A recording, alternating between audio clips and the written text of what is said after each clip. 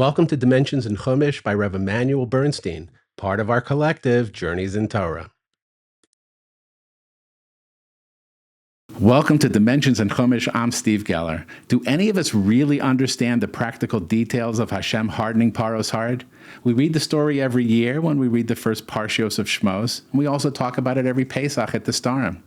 Yeah, we all understand Paro already deserved all 10 plagues. We understand he already deserved the sacking of the biggest empire in the world at that time. But why wouldn't Hashem just do the thing? Why frame the whole episode with tricks that it turned out the Egyptians could also do? And why all the back and forth, repeatedly going to Paro asking for permission if Hashem was just going to deliver the full wrath on Egypt?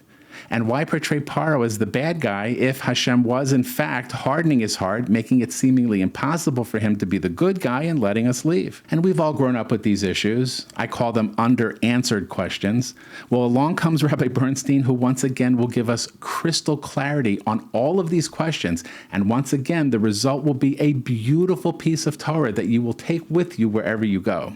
Va'ani aksha es leiv Paro, and I will harden Paro's heart, that I may multiply my signs and marvels in the land of Egypt. V'lo yishma aleichem Paro. When Paro does not listen to you, I will lay my hand on Egypt and deliver my ranks, my people Bnei Israel, from the land of Egypt with great judgments. One of the eternal questions about our redemption and exodus from Egypt is, as our psukim tell us, Hashem removed Paro's capacity to agree to let the Jewish people go. As a result, Paro and Egypt received the full force of Hashem's retribution in the form of the 10 plagues. And this presents us with a basic problem. If Paro was rendered unable to say yes, how could he then be punished for saying no? Various classic answers have been provided for this question by the early commentators. The Rambam says that in subjugating and persecuting the Jewish people as he did, Paro had sinned to such a heinous extent that his punishment itself entailed having his free will removed and then being punished for saying no. The Ramban, based on the Midrash, explains that Paro hardened his own heart during the first 5 plagues, in response to which Hashem hardened his heart during the second 5 plagues. And these are the basic premises we all leave this episode with each year. And yet we still yearn for an understanding that honors Paro's free will, even within the reality of Hashem having hardened his heart. Well, Rabbi Bernstein brings us the writings of the Masa Hashem with a truly beautiful approach to this entire concept of Hashem hardening Paro's heart. First, a few words are in order about this fantastic sefer. The Masa Hashem is a sefer on the Chumash, on the narrative parts of the Chumash, and it's written by someone called Rabbi Eliezer Ashkenazi. He was a Rav in many places, actually. He traveled quite extensively. One of his famous stellars was in Krakow. This is after the time of the Ramah. That puts him in the 1600s, approximately, Ma'aseh Hashem classic. Okay, my friends, focus here for a moment. According to the Masa Hashem, Hashem did not reach into Paro's decision-making process and turn off a switch, leaving him incapable of choosing to let the Jewish people go. The Masa Hashem gives us a much more natural, and you will agree, satisfying answer. People are often in situations where they'll say, I have no choice but to pursue a certain course of action. Of course, what they really mean is, based on their own personality and moral compass of right and wrong, those personality traits that govern them leave them no choice. If someone has been insulted, they may feel forced to leave the room. Of course, they could choose to stay if they want, but their pride or their ego will not let them do so. Imagine someone who believes he's all-knowing or all-powerful. They could easily feel compelled to cover up a mistake or a weakness.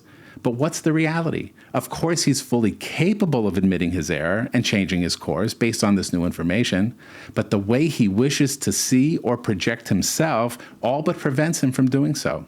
You understand this, right? Well, the Masa Hashem explains that this is exactly what happened when Hashem hardened Paro's heart. Every meeting between Moshe, Aaron, and Paro, and the exact way the plagues played out, was set up in such precise ways, presenting Paro with the exact kinds of scenario where his pride and ego would prevent him from changing his mind. He would not allow himself to let the Jews go. Guys, watch this.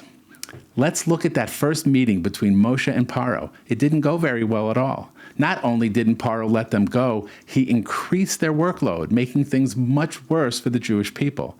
So much so that after that first meeting, Moshe returns to Hashem and complains on their behalf. Not only had the redemption not begun moving forward, things had actually moved backward.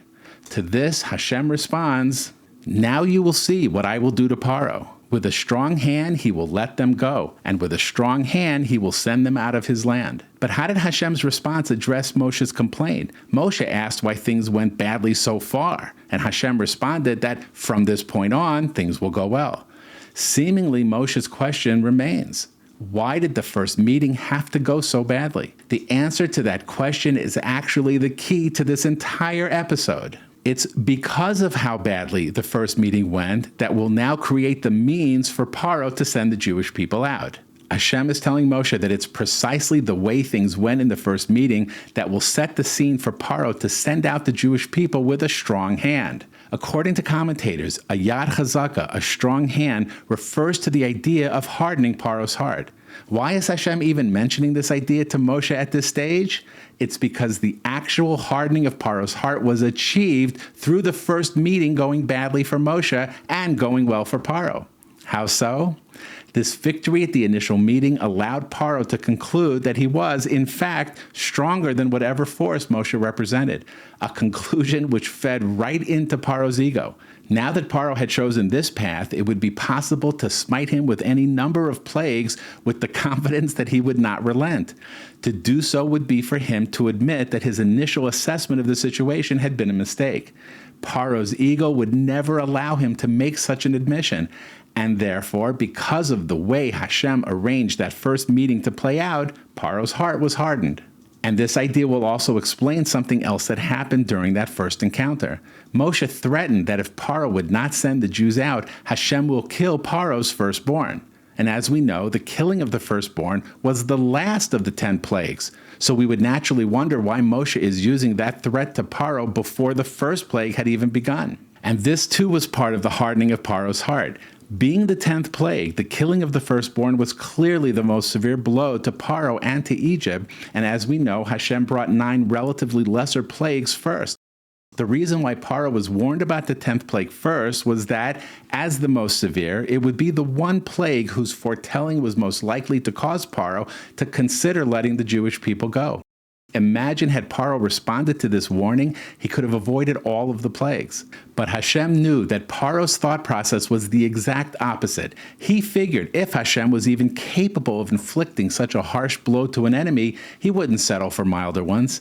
To Paro, the only reason why one would not inflict the harsher blow was because he was unable to do so.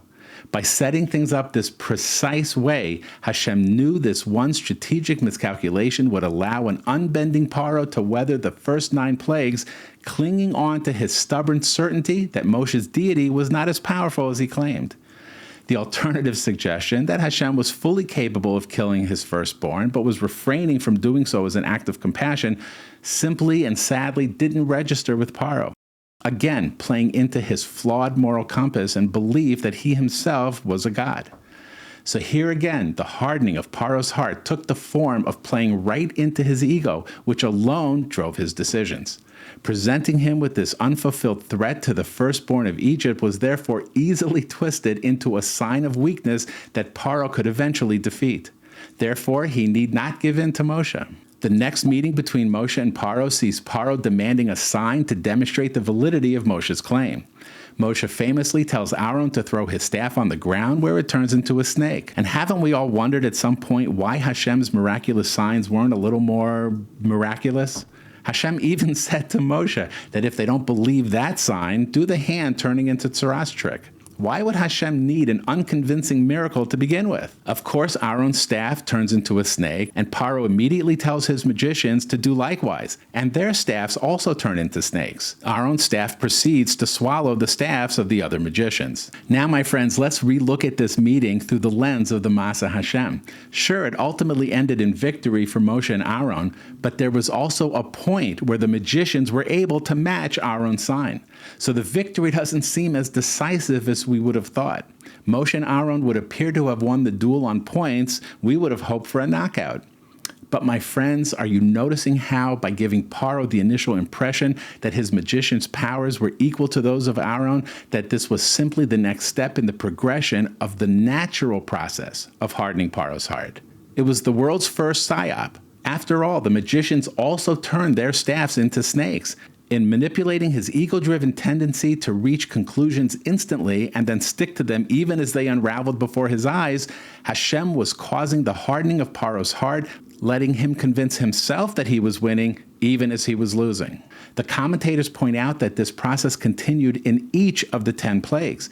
Even as his country was being systematically devastated in front of him, there was always some anomaly in each plague, whereby the way in which the plague arrived or it was removed did not match up entirely with the way that it was predicted. Although these discrepancies did nothing to mitigate the devastating impact of the plague even a little, they nevertheless allowed Paro to cling to his initial assessment that Moshe's God was not as powerful as he claimed him to be. Each plague contained what Rabbi Bernstein called a loophole for delusion, which left Paro's heart effectively hardened on an ongoing basis during the plagues by the plagues themselves. And my friends, there's much more. The Masa Hashem's natural approach to hardening Paro's heart is also going to be seen in the description of the splitting of the Red Sea.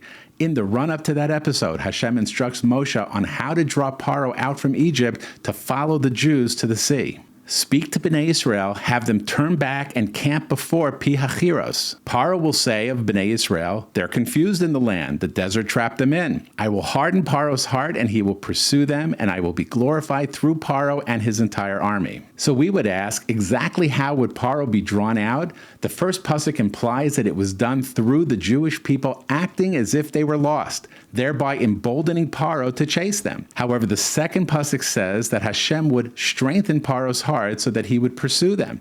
If Hashem was going to harden Paro's heart, why was the whole ruse necessary? This is pretty clear proof that these two factors were not unrelated. In fact, they worked together. The strengthening and hardening of Paro's heart took the form of his acting in predictable Paro fashion, based on his flawed morality and interpretation of events, all of which were precisely orchestrated by Hashem. How absolutely perfect is this? Hashem pushed Paro's buttons, playing right into his weaknesses that caused him to bolster his own refusal to let the Jews go. Just a spectacular explanation that answers all of our questions perfectly. But my friends, Rabbi Bernstein shows us this exact same methodology of hardening someone's heart used much later in the Chumash. When the Jewish people were approaching Eretz Yisrael at the end of their 40-year journey in the desert, Sichon, the king of the Amorites, went out to wage war against them. The Midrash points out that this was a really bad idea on his part. His cities were heavily fortified, and by leaving that protected setting to go out and attack Bnei Israel, he exposed himself to enormous danger. Why did he leave his cities? The pasuk tells us, Hashem hardened his spirit and fortified his heart in order to deliver him into your hands this day. So watch this, guys. Once again, we encounter the idea of Hashem hardening someone's heart and forcing him to make a decision which seemingly he would otherwise not have made. Well, how is this done? The Sefer HaIkarim explains that the background to this event is described earlier on, when Bnei Israel sent a delegation to the king of Edom and asked for safe passage through his territory into the land of Israel. The king of Edom refused this request and then threatened the Jewish people with military action should they try and pass through his land. In response to this threat, the Jewish people backed away, moving towards the territory of Sichon, the king of the Amorites, with the same request. Sichon views the evasive action of the Jews against Edom as a clear sign of weakness. He figures that if Bnei Israel were capable of conquering the army of Edom, we surely would have done so. Having concluded that the Jews were not as strong as Edom, Sichon, who is even stronger than Edom, is convinced that he could go out and destroy Bnei Israel. So he leaves his fortified cities and rushes headlong to his defeat. So here too we see the idea of Hashem hardening someone's heart through playing into the moral weakness of that person, leading them to make decisions which are ultimately to their undoing. Hashem perfectly arranged how the refusal of the king of Edom would be processed by Sichon. So with this brilliant explanation, let's return to the question that opened this discussion. At every point along the way, Paro was capable of choosing the right path. Hashem, in fact, did harden Paro's heart, but only in the ways that fed into his own demented Vayikra to begin with. Therefore, he absolutely deserved all of the plagues and all of the punishment he received. Let's take a moment, a deep breath, and consider the brilliance of this beautiful, elegant explanation. Thank you for watching, and please hit the like button on this video, subscribe to our YouTube channel, and of course hit the share button to paste the link to this video into emails and texts to family and friends. They will love it as much as you and I did.